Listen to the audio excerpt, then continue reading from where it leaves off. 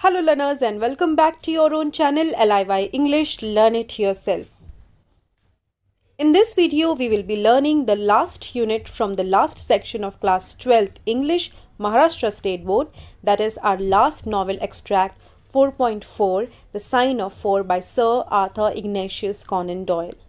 This chapter is going to be a treat for all the mystery and thriller lovers, and I'm sure you will all enjoy learning this. Just like other three topics from section 4 novel, this unit 2 will come for 4 marks in your HSC boards exam. And of course the questions will be memory based. आपको कोई passage या extract नहीं दिया जाएगा exam में refer करने के लिए. आपको इस पूरे चैप्टर को अच्छे से समझना है और उसके ट्विस्ट एंड टर्न्स को याद रखना है. These 4 marks will be divided between 2 questions of 2 marks each. There will be questions like describe, explain, compare, contrast, name and discuss. And second question will be like illustrate, interpret, narrate, justify, find, identify. और ये questions novel के theme, plot, setting, characters और language के ऊपर पूछे जाएंगे जिसे आपको अच्छे से समझना है. But don't worry, as always we will learn this unit together in detail and cover all the important aspects. Chapter शुरू करने से पहले आइए जान लेते हैं ऑथर के बारे में. Sir Arthur Ignatius Conan Doyle एक ब्रिटिश राइटर थे. उन्होंने ही शर्लक होम्स जैसे आइकॉनिक कैरेक्टर को क्रिएट किया. ओरिजिनली वो एक फिजिशियन थे. 1887 में उन्होंने a study in scarlet, first of 4 novels, और डॉक्टर वॉटसन और शर्लक होम्स के बारे में 50 से ज़्यादा शॉर्ट स्टोरीज पब्लिश की. शर्लक होम की कहानियों को क्राइम फिक्शन में माइलस्टोन यानी मील के पत्थर के रूप में देखा जाता है. होम्स की कहानियों के अलावा his work also include fantasy, science fiction and humorous stories. The sign of four author Arthur Ignatius Conan Doyle की दूसरी नॉवेल है, जिसमें शर्लक होम्स और उनके साथी डॉक्टर वॉटसन छुपे हुए खजाने और एक मर्डर की मिस्ट्री को सॉल्व करते हैं. The sign of four novel के मेजर कैरेक्टर्स हैं Sherlock Holmes, John Watson, Mary Morstan, Thaddeus Sholto, Arthur Morstan, Jonathan Small, major Sholto and Tonga. Chapter 4.4 में हमें नॉवेल का शुरुआती कुछ हिस्सा दिया गया है और इस एक्सट्रैक्ट में हमें सिर्फ 3 मेजर कैरेक्टर्स से इंट्रोड्यूस कराया जाता है, जो कि है शर्लक होम्स, डॉक्टर वॉटसन और मैरी मॉर्स्टन. इन तीनों कैरेक्टर्स पे मैंने कैरेक्टर स्केच क्रिएट किया है, जिसे आप चाहे तो एग्जाम में एज इट इज लिख सकते हैं अगर सवाल आता है इनके कैरेक्टर स्केच पे. Now let's study these 3 major characters one by one in detail. Let's start with the leading character. Sherlock Holmes एक डिटेक्टिव है और कहानी के मेन किरदार है. केसेस और मिस्ट्री सॉल्व करने में उनका एक्सीलेंट रिकॉर्ड है. उनके दावे और अंदाजे हमेशा सही होते हैं. छोटी से छोटी चीज़ भी उनकी नज़र से नहीं बचती, वो इतने तेज़ हैं. साथ ही वो बहुत ही एनालिटिकल और प्रोफेशनल है. डॉक्टर वॉटसन इस पूरी कहानी के नरेटर है. वो शर्लक होम्स के साथी है और केसेस को सुलझाने में उनकी मदद करते हैं. वो उनके सारे केसेस का रिकॉर्ड्स भी रखते हैं. वो बहुत ही इमोशनल और सिंपल है और एक भरोसेमंद इंसान है. मैरी मॉर्स्टन लिमिटेड मीन्स की एक अट्रैक्टिव यंग लेडी है. She is decently and modestly dressed. उनके भाव बहुत ही प्लेजेंट और स्वीट है. उनकी आंखों से पता चलता है कि वो बहुत ही सहानुभूतिपूर्ण यानी लोगों से हमदर्दी रखने वाली औरत है. लेकिन वो अपनी ज़िंदगी के इर्द गिर्द होने वाली मिस्ट्री से परेशान है. ये तो हो गई कैरेक्टर्स की बात. Now let us study the theme of the novel.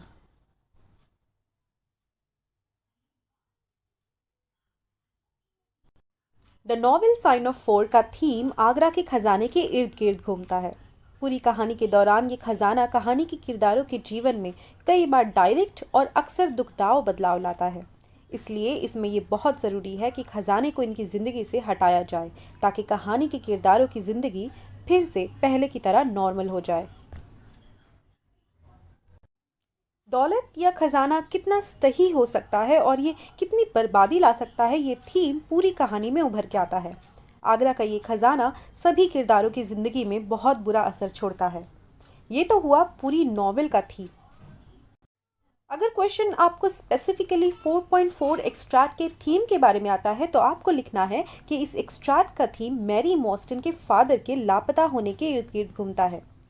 इस घटना के कई सालों के बाद मैरी को गुप्त लेटर से कई कीमती मोती रिसीव होते हैं और इसी मिस्ट्री को सुलझाने के लिए वो शर्लक होम्स के पास मदद मांगने आती है। नॉवेल का प्लॉट और सेटिंग बहुत ही कॉम्प्लेक्स यानी जटिल है। Service in India, the Indian rebellion of 1857, एक चुराया हुआ खजाना, एक गुप्त समझौता, 4 दोषी और 2 करप्ट प्रिजन गार्ड, ये सब इस कहानी के प्लॉट का हिस्सा है। इस चैप्टर में हमें इस नॉवेल के शुरुआती 2 चैप्टर्स दिए गए हैं, जिसे अच्छे से समझने के लिए हमें कहानी के प्लॉट को समझना पड़ेगा, और इस कॉम्प्लेक्स प्लॉट को समझने के लिए जरूरी है कि हम इस नॉवेल की आउटलाइन को डिटेल में पढ़ लें। तो चलिए फिर बिना देर किए जानते हैं कि क्या स्टोरी है द साइन ऑफ 4 की। तो कहानी की शुरुआत होती है शर्लक होम्स और डॉक्टर वॉटसन से, जो बैठे आपस में कोई चर्चा कर रहे हैं, और तभी एक यंग लेडी जिसका नाम मैरी मॉस्टन है शर्लक होम्स से मिलने आती है। वो किसी मामले में होम्स की मदद और सलाह चाहती है। मैरी बताती है कि उसके फादर कुछ 10 साल पहले रहस्यमयी हालात में गायब हो गए थे। मैरी के अनुसार दिसंबर 1878 में उसके फादर ने, जो कि इंडिया में सर्विस कर रहे थे, उसे अपने इंडिया से सुरक्षित लौटाने पर लेटर लिखा। लेटर में उन्होंने मैरी को लंदन के लंघम होटल में आकर उनसे मिलने को कहा। जब मैरी होटल पहुंचती है तो उसे बताया जाता है कि उसके फादर पिछली रात को बाहर गए थे और अभी तक नहीं लौटे। मैरी ने अपने फादर को खोजने की बहुत कोशिश की, लेकिन उसे अपने पिता का कोई सुराग नहीं मिला। मैरी ने अपने पिता के इकलौते फ्रेंड मेजर शॉल्टो से भी कांटेक्ट किया, जो उसके फादर के ही रेजिमेंट में थे और अब इंग्लैंड में रहते थे, लेकिन उन्होंने कहा कि उन्हें उसके फादर के इंग्लैंड रिटर्न होने के बारे में भी कोई खबर नहीं थी। पिता के गुमशुदा होने के कुछ सालों बाद एक न्यूज़पेपर में मैरी के लिए एक इंक्वायरी पब्लिश होती है, जिसमें उसके पते के बारे में पूछा जाता है। अब उस जमाने में फेसबुक और इंस्टाग्राम जैसी जादुई चीजें तो थी नहीं कि किसी बंदे के बारे में जानना हो तो उसका नाम सर्च करे और उसकी सारी डिटेल्स आपके हाथ में। ये कहानी पुराने जमाने की है, और तब अगर किसी को किसी अनजान शख्स से कांटेक्ट करना था तो वो उसके बारे में न्यूज़पेपर में इंक्वायरी पब्लिश करता था। तो कुछ सोचने के बाद मैरी ने अपना पता न्यूज़पेपर में दे दिया, और तब से हर साल ठीक उसी दिन उसे कोई गुमनाम सेंडर कीमती मोती मेल करता है। ये कुछ 6 सालों तक चला, लेकिन अब उसे लेटर में मिलने के लिए बुलाया गया है। खत में कहा जाता है कि उसके साथ कुछ बुरा हुआ है, और साथ ही चेतावनी भी दी जाती है कि पुलिस को साथ ना लाना, लेकिन अगर वो चाहे तो अपने 2 दोस्तों को ला सकती है। मैरी अपने इस रहस्यमयी केस को सुलझाने में होम्स से मदद मांगने आई है।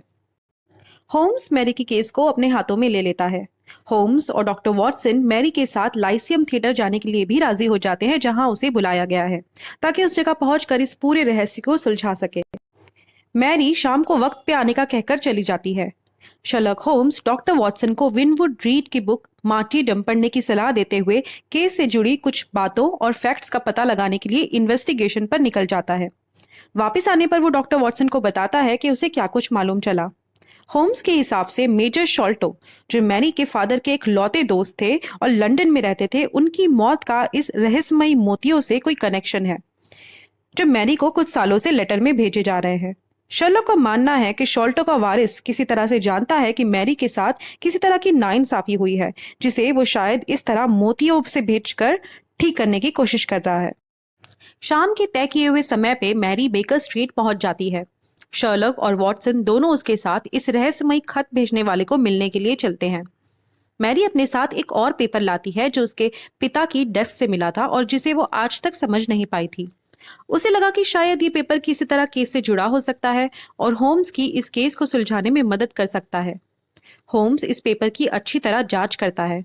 उसे पता चलता है कि ये लेटर इंडियन ओरिजिन का है और इस पे शायद किसी बड़े से स्ट्रक्चर या बिल्डिंग का नक्शा बना है, और लेफ्ट हैंड के कॉर्नर पे लिखा था द साइन ऑफ 4, और इसके साथ 4 नाम थे, जो थे जोनाथन स्मॉल, अब्दुल्ला खान, मोहम्मद सिंह और दोस्त अकबर।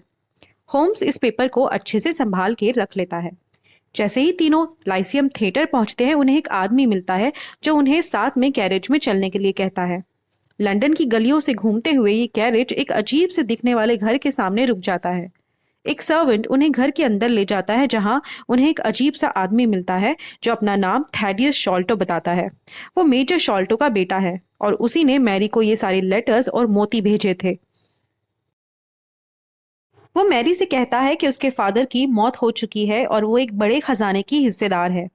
वो उसे समझाता है कि शॉल्टो यानी उसके पिता अपने साथ इंडिया से एक बड़ा खजाना लेकर आए थे। वो और मैरी के पिता यानी कैप्टन मॉस्टन इस खजाने के हिस्से को लेकर ही बहस कर रहे थे। बहस के दौरान कमजोर सेहत की वजह से कैप्टन मॉस्टन को हार्ट अटैक आ गया और उनकी मौत हो गई। इस डर से कि लोग उन्हें कैप्टन मॉस्टन की मौत का जिम्मेदार मानेंगे, मेजर शॉल्टो ने ये बात किसी को नहीं बताई, मगर पूरे सम्मान के साथ उन्हें दफना दिया और खजाने को भी कहीं छुपा दिया। थैडियस बताता है कि उसके पिता खुद सारी जिंदगी किसी वुडन लेग्ड मैन यानी लकड़ी के पैरों वाले आदमी के डर में रहे।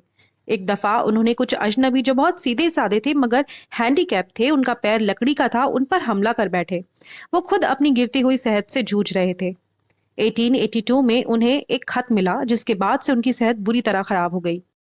अपनी आखिरी सांसें लेते हुए उन्होंने अपने दोनों बेटों को बुलाया और मॉस्टन की मौत के बारे में कन्फेस किया और साथ ही खजाने के बारे में बताया। उनसे वचन लिया कि वो दोनों इस खजाने को मैरी के साथ बांटेंगे। जैसे ही वो छुपाए हुए खजाने का पता बताने वाले थे कि अचानक उन्हें खिड़की में किसी की परछाई दिखाई दी। वो घबरा कर चिल्लाने लगे कि उसे बाहर रखो। उन्हें हार्ट अटैक आ गया और उनकी मौत हो गई। दोनों बेटे हैरान होकर खिड़की की तरफ देखते हैं जहां उन्हें एक आदमी की झलक मिलती है जो कि वहां से भाग जाता है। पीछा करने पर उन्हें मिट्टी में एक पैर का निशान मिलता है। अगले दिन उन्हें अपने फादर की डेड बॉडी के पास एक नोट पड़ा मिलता है जिस पे लिखा होता है द साइन ऑफ 4। दोनों भाइयों का इस बात पे झगड़ा होता है कि क्या मैरी को खजाने में हिस्सा देना चाहिए। बार्थोलोमेव का मानना है कि उन्हें खजाना आपस में ही बांट लेना चाहिए और मैरी को कुछ भी देने की जरूरत नहीं। थैडियस अपने भाई से अग्री नहीं करता है। उसे लगता है कि उसे अपने मरते हुए बाप को दिए गए वचन को निभाना चाहिए और मैरी को भी खजाने में हिस्सा देना चाहिए। इसलिए वो अपने भाई को छोड़कर इस अलग घर में रहने लगा। उसने अपने साथ एक कीमती चैपल रख लिया था। उसने सोचा कि जब तक खजाना नहीं मिल जाता तब तक मैरी को कुछ न कुछ मिलना चाहिए जो उसे हेल्प करे। ये सोचकर वो उस चैपल में से एक मोती हर साल मैरी को भेजने लगा। अब लेटर के थ्रू उसे यहाँ मिलने बुलाने का मकसद ये है कि उसके भाई ने यानी बार्थोलोमेव ने कई सालों की कोशिशों के बाद छुपा हुआ खजाना घर के एक खुफिया एटिक में ढूंढ निकाला है। वो चाहता है कि मैरी भी उसके साथ उनके फैमिली स्टेट चले जहां बार्थोलोमेव और खजाना है, ताकि वो तीन आपस में मिलकर खजाने को बांट ले। अब चारों यानी थैडियस, मैरी, होम्स और वॉटसन शॉल्टो के फैमिली स्टेट की तरफ निकल पड़ते हैं। जैसे ही ये लोग वहां पहुंचते हैं उन्हें एक हाउस सर्वेंट मिलती है जो बहुत ही घबराई हुई है। वो कहती है कि बार्थोलोमेव पूरे दिन अपने कमरे से नहीं निकला है। वॉटसन कमरे के दरवाजे के की होल से अंदर झांकता है। उसे अननेचुरल सा मुस्कुराता हुआ चेहरा दिखाई देता है। ये लोग दरवाजा तोड़कर कमरे में जाते हैं तो उन्हें बार्थोलोमेव की डेड बॉडी मिलती है जिसकी गर्दन में एक जहरीला कांटा है।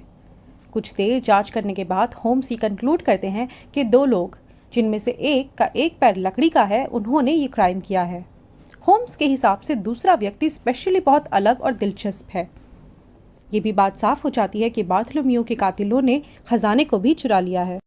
होम्स के अंदाजे के हिसाब से लकड़ी के पैर वाले आदमी ने भागते वक्त गलती से क्रियोसोट में पैर रख दिया था, जिसके निशानों से ये बात पता चलती है कि उसका एक पैर लकड़ी का है। अपराधियों की गंध यानी सेंट का पीछा करने के लिए होम्स और वॉटसन एक कुत्ते को उधार पर लेते हैं जिसका नाम टोबी है। उनकी सर्च उन्हें थेम्स नदी के किनारे तक ले जाती है।